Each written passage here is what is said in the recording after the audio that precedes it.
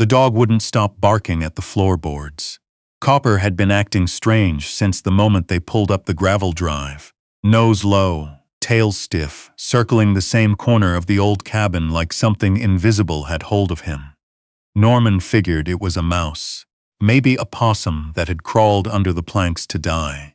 He told the dog to settle down, dropped his duffel bag on the porch steps, and stood there in the October cold, looking at the place he hadn't seen in 11 years, his father's cabin. The windows were clouded with dust, and one of the shutters on the left side had come loose from its hinge, hanging crooked like a broken wing. The porch railing his father had built from locust wood, toughest wood in these mountains, the old man used to say, still stood. That much hadn't changed. Everything else felt smaller than Norman remembered. He was 63 years old, just discharged from the VA hospital in Roanoke after 6 weeks they called adjustment support.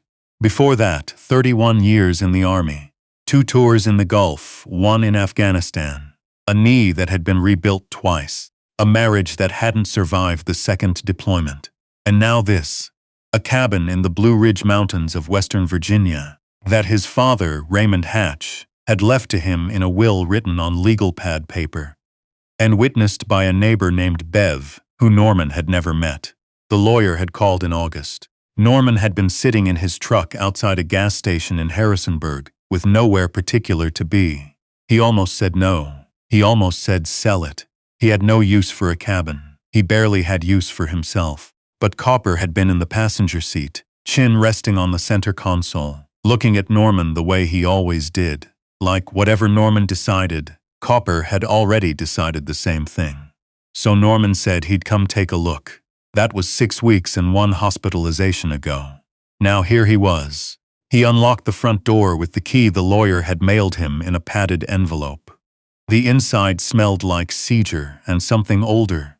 Pipe tobacco, maybe, or just time. His father had been a pipe man. Norman hadn't known that until he was 12 and found the rack of them on the mantel. His father had quit before Norman was born but kept the pipes. Said they reminded him to be patient. Norman wasn't sure what that meant as a kid. He wasn't sure he knew now. He set his bag on the kitchen table and looked around. Cast iron pan on the stove. A row of mason jars on the windowsill. Some still holding the dark remnants of jam. A stack of Field and Stream magazines on the floor beside the armchair. The top one dated March 2009. His father had died in 2012.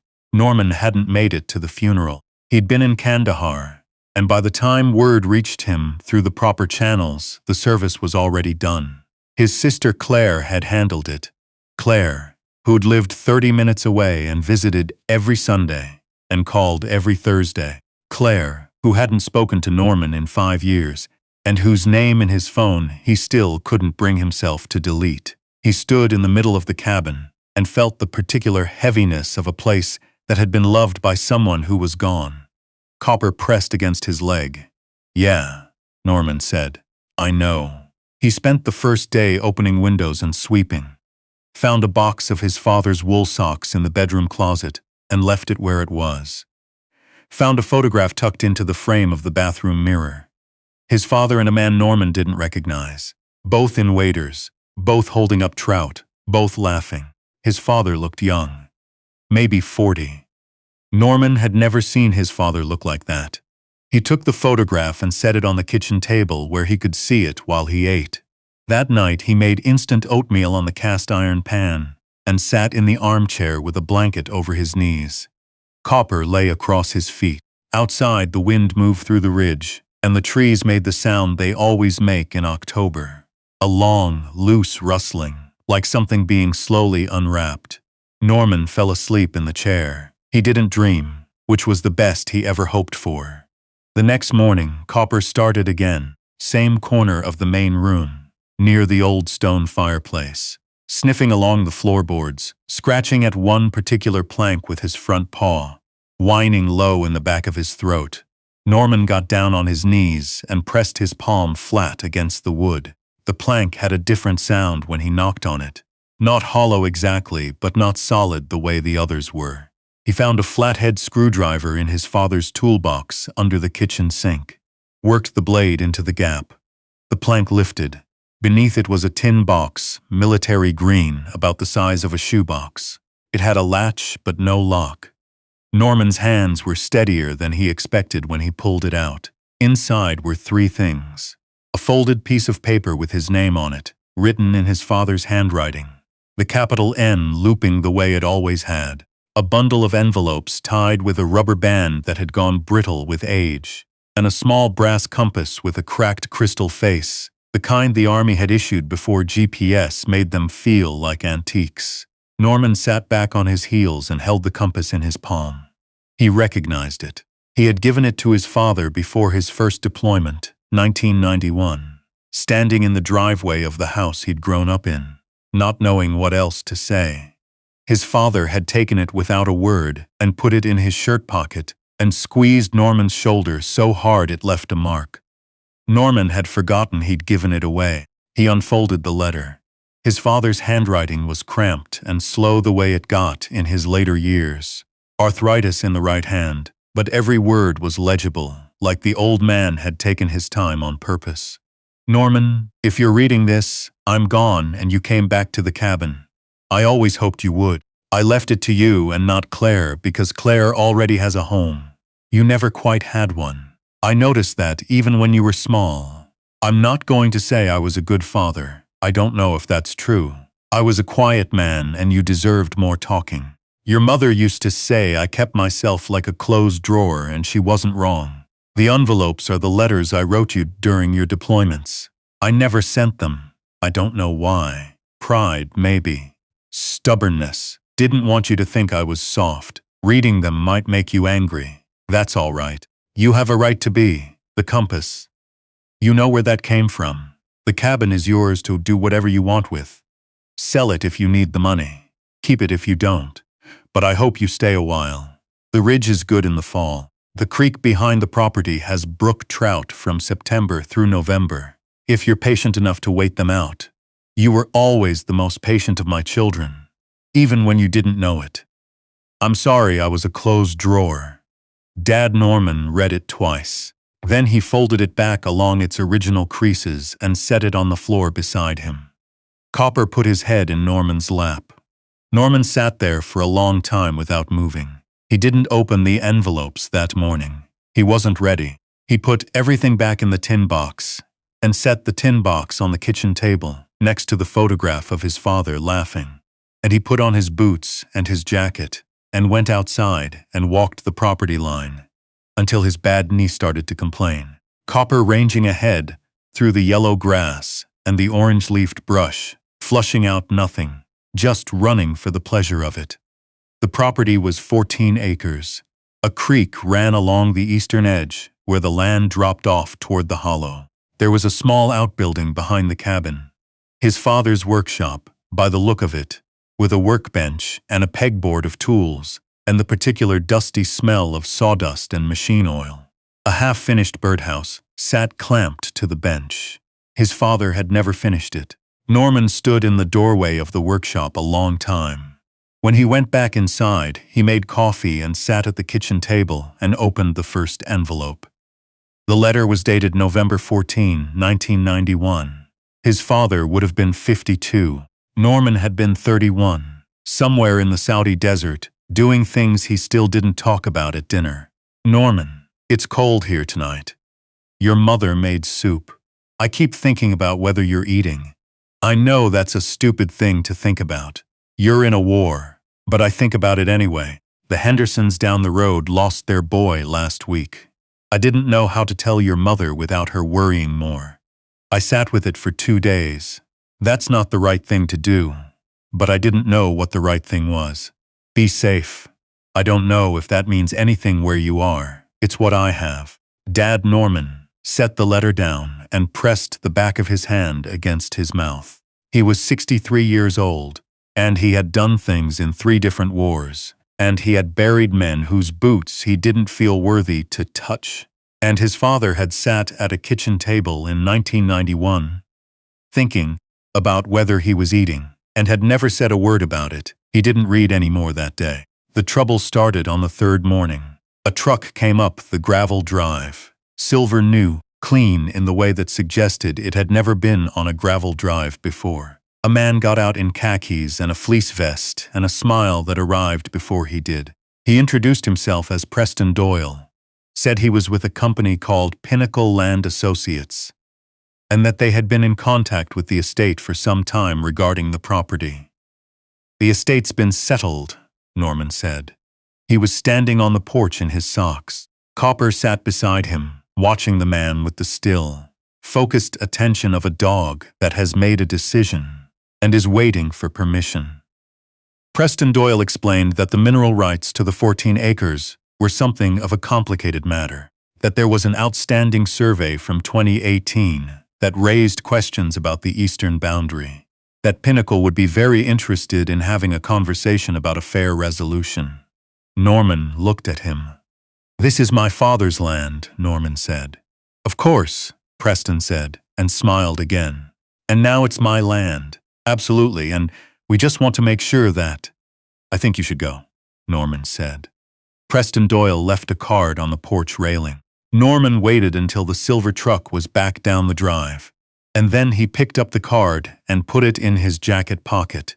Not because he planned to call, but because he wanted to know the man's name. He called the lawyer that afternoon, a woman named Sylvia Garrett, who had handled his father's estate out of a small office in Waynesboro, and who sounded over the phone like someone who had seen this particular movie before. "Pinnacle Land Associates," she said slowly. "All right, I know who they are." She told him about the coal seam, a small vein running along the eastern edge of the property under the creek bottom, that had been noted in a geological survey and subsequently flagged by several land companies over the past decade. His father had refused every approach. The eastern boundary dispute was, in Sylvia's words, a manufactured problem that Pinnacle used to create uncertainty in property owners' minds. "They find people in transitional situations," Sylvia said. "People settling estates, going through divorces, facing financial pressure. The ambiguity makes it easier to lowball, and the actual legal situation, the boundary is fine. Your father had it surveyed in 2019 right after the Pinnacle approach." "I have the paperwork." "Good," Norman said. "That said," Sylvia added, "they don't give up easily. I'd expect more contact." She was right. 2 days later, a different man came. Older, softer spoken, introduced himself as a community liaison for a development company that was partnering with Pinnacle on regional projects. He talked about opportunity and legacy, and what a shame it would be for land like this to sit unused. Norman listened to all of it from the porch steps, Copper between his knees, and then he thanked the man for his time and went back inside. That afternoon, he drove into the nearest town, Millbrook, population 2,400, gas station and a diner and a hardware store and a post office the size of a closet. He went to the diner for coffee, sat at the counter. The woman behind the counter had the kind of face that had been friendly for so long it had become her natural resting state. Her name tag said Nan. "You're Raymond's boy," she said, setting down his coffee without being asked how he took it. "I am," Norman said. "He talked about you." She didn't offer anything further, just refilled the mug she'd set down 30 seconds ago, and moved to the other end of the counter. Norman ate a piece of pie he hadn't ordered, and that appeared in front of him like a fact of nature. Apple, his father's favorite according to something buried in one of the letters. He left a 20 on the counter for a $6 pie and drove back up the mountain. That night he read 4 more letters: 1994, 1998, 2004. The voice in them changed over the years, got looser, less formal, like his father had practiced long enough to stop feeling embarrassed. By the 2004 letter, written during Norman's second tour, his father was telling him about the creek, about the birdhouse he'd started and kept stalling on, about a red-tailed hawk that had taken up residence in the big oak at the property line. "I don't know why I'm telling you about the hawk," his father had written.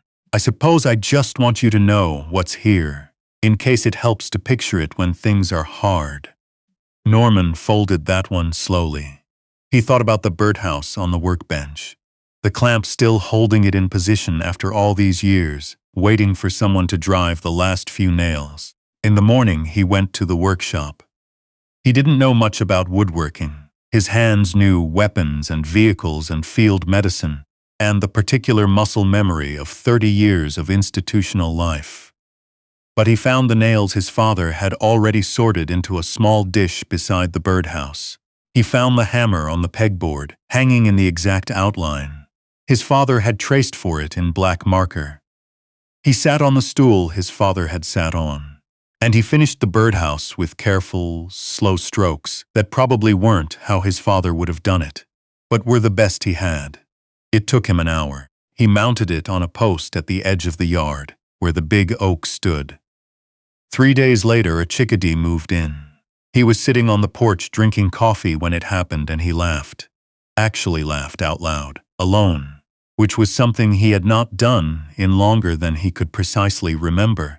Copper looked up at him like he'd said something interesting. "Don't look at me like that," Norman told him. The situation with Pinnacle escalated on a Thursday.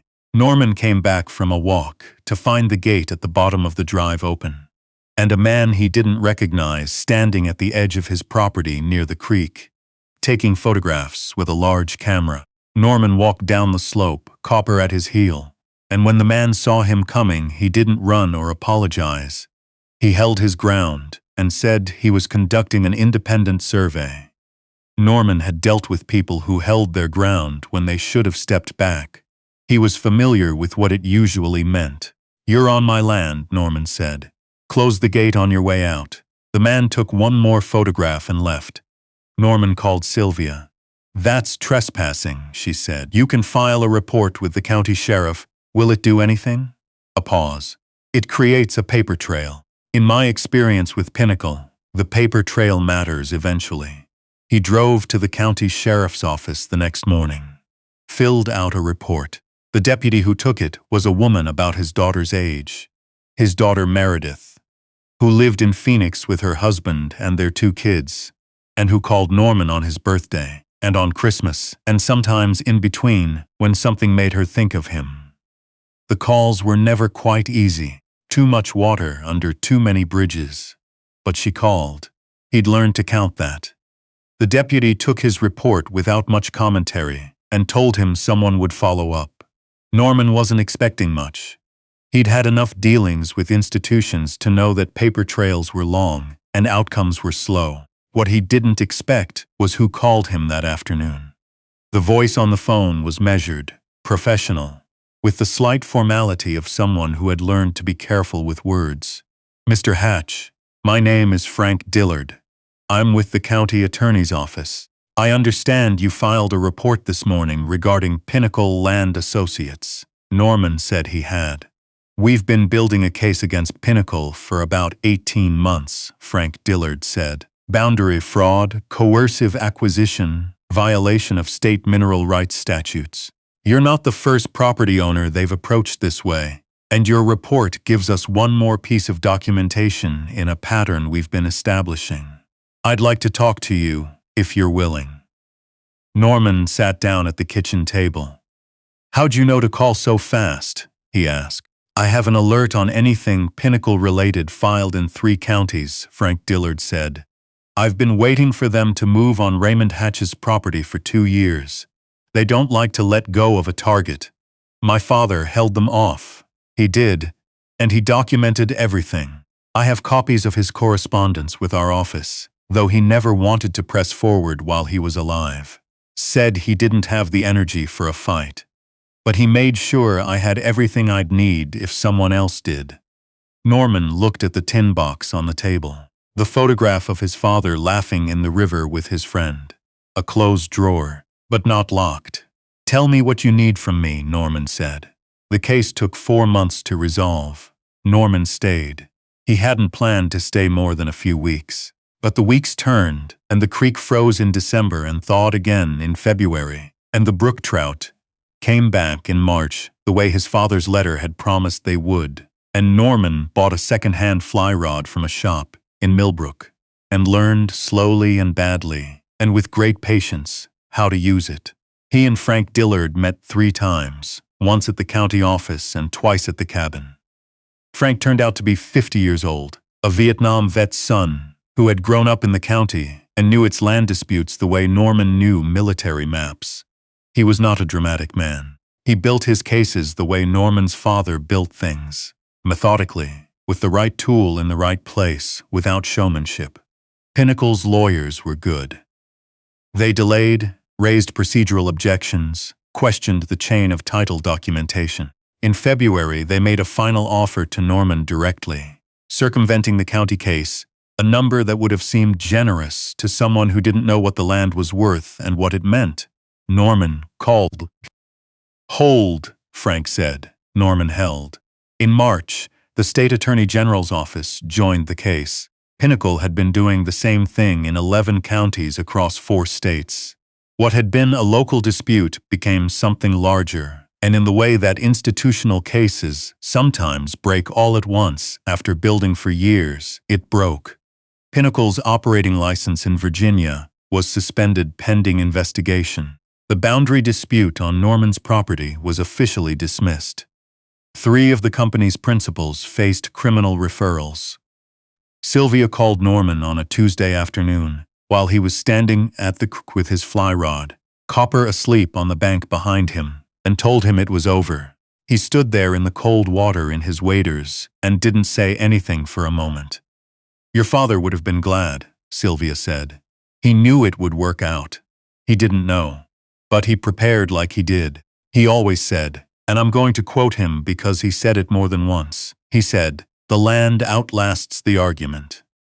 Norman watched the water move over the stones. "That sounds like him," he said. He finished the letters on a Sunday in April, the last one dated 2 months before his father's death. Outside the window, the yard was coming back to green, and the chickadee had raised a brood in the birdhouse and was starting over with a second clutch, the way chickadees do. The last letter was the shortest. "Norman, I've been watching the news and I know you're coming home soon. I don't know if you'll come here. I hope you do. There's something I want to show you in the workshop. I've been saving a project. I keep thinking I should call. I'll probably write this instead. The compass is on the mantel. I kept it there where I could see it. Every time I didn't know what direction to go, I looked at it. I know it doesn't work anymore. The crystal cracked in '03, but I kept it anyway. Some things you keep not because they function, but because they remind you what direction used to feel like. Come home when you can." Dad Norman set the letter down on the table. He sat very still for a minute. Then he got up and went to the workshop. The project his father had been saving was a workbench, full-sized, heavy-duty, built from white oak that had been milled right there on the property, from a tree that had come down in a storm. The lumber was stacked and dried and ready. His father had made detailed drawings in a spiral notebook that Norman found on the shelf above the wood. Every measurement, every joint, every detail. It was a project for 2 people. Norman called his daughter Meredith that evening. Not on her birthday, not on Christmas, just because. They talked for 40 minutes. It was not easy, and it was not smooth, and there were silences in it that stretched in ways he didn't know how to fill. But she didn't hang up, and neither did he. Before she got off the phone, she said she was thinking about bringing the kids out to Virginia in the summer. Norman said he thought there was enough room. Over the following weeks, he started reaching out to the VA outreach office in Roanoke. He'd been talking to a counselor there since February, a man named Glenn, who had a habit of letting silences sit until Norman filled them, which Norman had initially found irritating and had gradually come to respect. Glenn had mentioned once that there was a shortage of rural spaces where veterans could do practical, grounded recovery work, building, farming, being outside, being useful. Norman thought about the workshop. By June, he had 3 veterans coming out on Saturdays. A woman who'd done 2 tours in Iraq and couldn't be in crowds. A man from Abingdon who'd lost a leg in Helmand and was building his first piece of furniture because, as he said, he needed to make something that would still be there in 20 years. A young man, 26, who barely spoke but who worked with a focus and a precision that Norman recognized. They built the workbench in 4 Saturdays. Then they started on a dining table. Norman never formally named what he was doing. He didn't file paperwork or give it a title. It was just Saturdays in the workshop, with coffee on the old cast-iron pan, and the creek running outside, and Copper going from person to person in the easy, indiscriminate way that dogs move through a room, as if everyone in it is exactly where they should be. His knee still hurt. He still had nights that didn't go well. He still had whole weeks when the closed drawer feeling came back. And he understood, in a way he hadn't at 30, what his father had been up against all those years. But he was here, in this place that had been built and tended and saved by a quiet man who wrote letters he never sent, and kept a broken compass on the mantel, because direction still meant something, even when the instrument couldn't prove it. On a morning in late July, Norman walked the property line the way he did most mornings, Copper ranging ahead in the grass. The creek was lower than it had been in spring. The big oak at the eastern edge had its full summer weight of leaves. The birdhouse was quiet now. The second brood had fledged and moved on, the way they do, the way everything eventually does. He stood at the boundary of the 14 acres and looked back at the cabin. The loose shutter had been rehung. The porch railing, which he'd reinforced in March, was straight. Smoke from the breakfast fire he'd left burning came from the chimney in a thin, even line. Norman Hatch, 63 years old, one bad knee, 2 wars he still carried, 1 marriage he hadn't saved, 1 father he'd never properly known, stood at the edge of his land and felt, not happiness exactly, but something that had been missing long enough that he'd stopped expecting to find it. Copper came back and sat beside him. The two of them stood there in the morning light, looking at the place that was theirs.